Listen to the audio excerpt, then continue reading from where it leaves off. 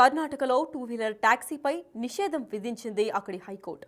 Ola, Rapido, Uber two వీలర్ల సేవలను 6 వారాలు నిషేధించింది. సాధారణ టూ వీలర్స్గా అనుమతి తీసుకుని కమర్షియల్గా తిరగడంపై ప్రభుత్వమే అభ్యంతరాలు వ్యక్తం చేసింది. ప్రభుత్వ వాదనలతో ఏకీభవించి ఆ సర్వీసులపై బ్యాన్ విధించిందని హైకోర్టు ఇప్పటికే తెలిపింది.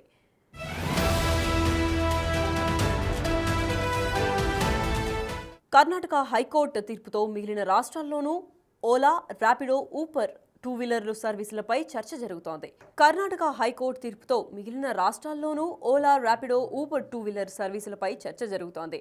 వైట్ బోర్డ్ నెంబర్ ప్లేట్ ఉన్న టూ వీలర్స్ కమర్షియల్ వినియోగానికి అనుమతి ఉండదన్న అక్కడి హైకోర్టు తీర్పు మిగిలిన రాష్ట్రాలకు కూడా ప్రభావం చూపే అవకాశం ఉంది.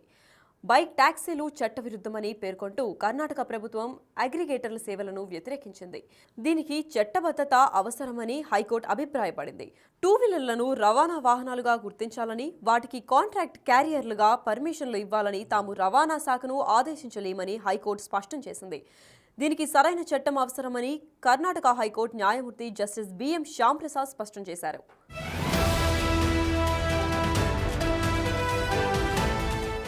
బైక్ టాక్సీ సేవలపై పూర్తి నివేదికను 6 వారాల్లో సమర్పించాలని రాష్ట్ర ప్రభుత్వాన్ని హైకోర్టు ఆదేశించింది.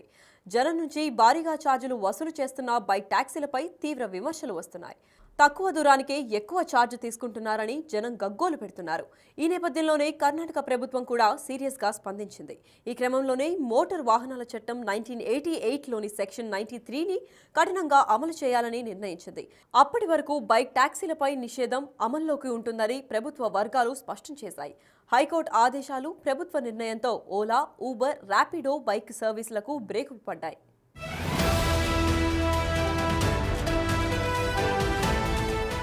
మరోవైపు బైక్ టాక్సీ కంపెనీలు తమను రవాణా సేవల సంస్థలుగా పరిగణించి లైసెన్సులు ఇవ్వాలని ఇంప్లీడ్ పిటిషన్ దాఖలు చేశాయి.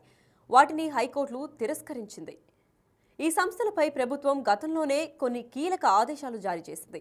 ప్రభుత్వ నిబంధనల ప్రకారం ఆటోలకు మొదటి 2 కిలోమీటర్లు 30 రూపాయలు, ఆ తర్వాత ప్రతి కిలోమీటర్కు 15 రూపాయలు ఛార్జీ ఉండాలి. కానీ ఈ సంస్థలు నిబంధనలను తుంగలో తొక్కి ఇష్టానుసారం మినిమం ఛార్జు 100 రూపాయలుగా వసూలు చేస్తున్నాయని ఫిర్యాదులు వచ్చాయి.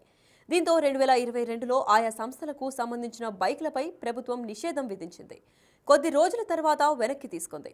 దీంతో బైక్ టాక్సీ సేవలు తిరిగి అందుబాటులోకి వచ్చాయి. తాజాగా కర్ణాటక హైకోర్టు బైక్ టాక్సీలపై నిషేధం విధించడంతో మళ్లీ ఈ సేవలు రద్దయ్యాయి. ప్రస్తుతం బెంగళూరు మహానగరంలో బైక్ టాక్సీలపై నిషేధంతో రోజువారీ ప్రయాణికులపై తీవ్ర ప్రభావం పడే అవకాశం ఉంది.